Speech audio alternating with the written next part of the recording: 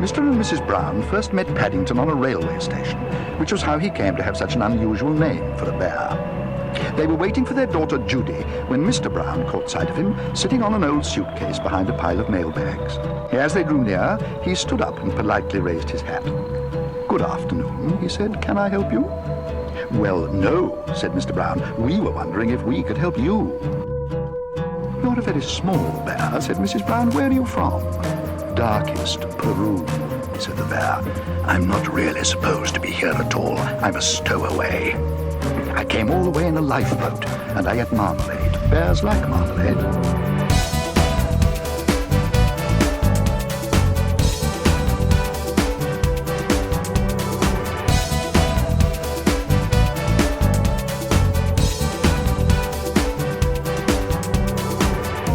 As he bent down, the Browns caught sight of a label round his neck. It said, "Please look after this bear, thank you." Mrs. Brown thought of a name for him. Paddington. One day, Paddington was making his way down the Portobello Road in order to have his morning cocoa with Mr. Gruber, when he came across a very unusual poster, and he couldn't wait to tell his friend all about it. "It's what's known as a fair," said Mr. Gruber. "And if you've never been to one, Mr. Brown, then you have never lived." Paddington always enjoyed his chats with Mr. Gruber, and on the subject of fairs, his friend was obviously an expert. "There are slides, Mr. Brown, and roundabouts, and usually there is a big wheel.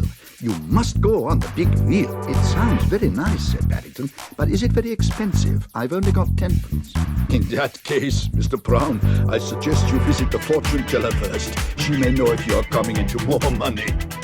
The notice on the outside said, "Palms red, crystal gazing, patronized by royalty, satisfaction guaranteed." It seemed very good value indeed. You seem to have a very long lifeline. I don't think I've ever seen quite such a long one before.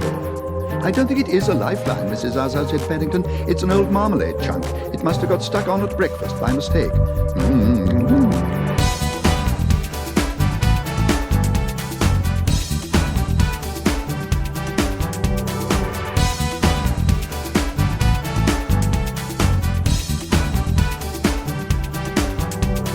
I see a cloud, he said. A pink cloud.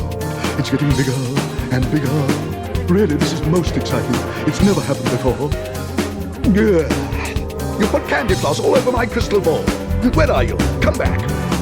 But Paddington had gone. He'd had quite enough fortune-telling for one day, and he felt it was high time he spent his 10pence on something more important.